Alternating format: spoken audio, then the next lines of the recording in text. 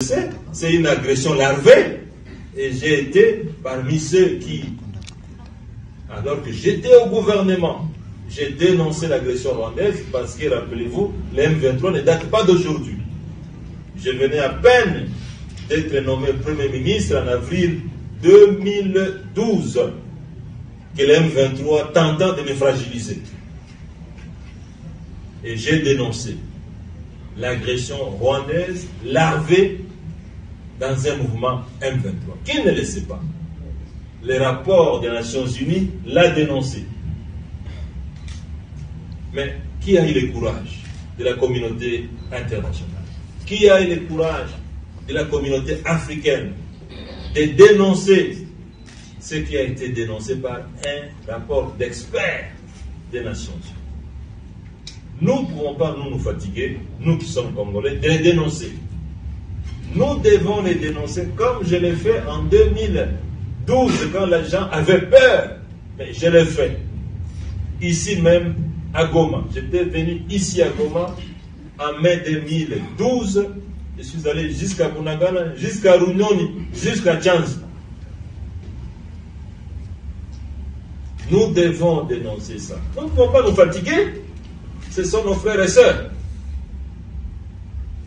Mais nous ne pouvons pas aussi, et ça c'est très important, chers frères, chères sœurs, journalistes, chers membres du LGD, du Nord Kivu et du Sud Kivu, nous ne pouvons pas manquer de dénoncer les déficits chroniques de leadership et de gouvernance dans les chefs du gouvernement congolais.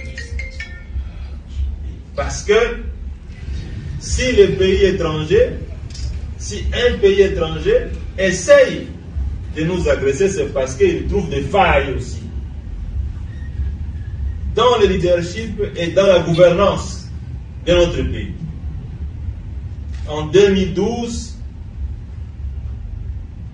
j'étais Premier ministre sous le leadership d'un président de la République, Joseph Kabila Kabamba.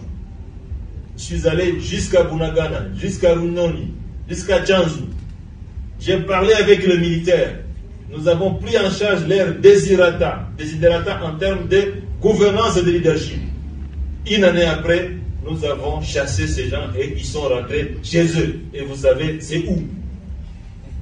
Ils sont rentrés chez eux. Et je suis arrivé sur la colline de Runyoni et on m'a montré la route par laquelle ils sont rentrés chez eux. Pourquoi ils sont rentrés encore aujourd'hui? Problème de leadership et de gouvernance. Donc, autant nous dénonçons l'agression, autant nous devons aussi dénoncer les déficits de leadership et de gouvernance. C'est très important, chers amis. Avec 11 personnes, y compris un vice-premier ministre, pour aller s'enquérir des prix de farine en Afrique du Sud. Vous pouvez vous imaginer ça? 11 ministres, y compris un vice-premier ministre. Topo Congo n'a jamais dénoncé ça. Mais ce sont les Sud-Africains qui se sont posé la question, ils disent, mais comment dans un pays, on peut avoir 11 personnes se déplacer? Mais c'est incroyable. 11 ministres. Merci pour la correction. Cher ami Jonathan, quand on a créé Boukangalonzo, c'était justement pour permettre à ce pays de ne plus vivre des types d'humiliation. C'est une humiliation. Quand vous allez en Zambie, mais ce sont des Africains comme vous et moi, ce ne sont pas des Blancs. Quand vous allez en Afrique du Sud, mais ce sont aussi des Africains comme vous et moi. Comment vous allez continuer à vous plaindre du maïs? Ce n'est même pas des ordinateurs, du maïs. Cher ami Nicolas, le maïs, qui ne demande qu'à planter les graines, d'attendre la pluie et de récolter. 62 ans après l'indépendance. Chers amis, ayons quand même la honte de nous poser certaines questions. Voilà pourquoi nous avons monté Boukangalonzo. Un projet ambitieux, mais combattu par les Congolais. Pour dire, quand Matata s'engage dans un dossier, ça réussit toujours. Congo-Ouest, il a réussi. Transco, il a réussi. Bâtiment intelligent, il a réussi. Esprit de village, non, s'il entre, il va réussir. Mais quelle était l'importance de ce projet? C'est de permettre effectivement aux Congolais d'assurer une indépendance alimentaire. Mais, chers amis de la presse, les politiciens congolais ont été corrompus par des étrangers qui importent les produits alimentaires pour dire « ce projet ne peut pas réussir ».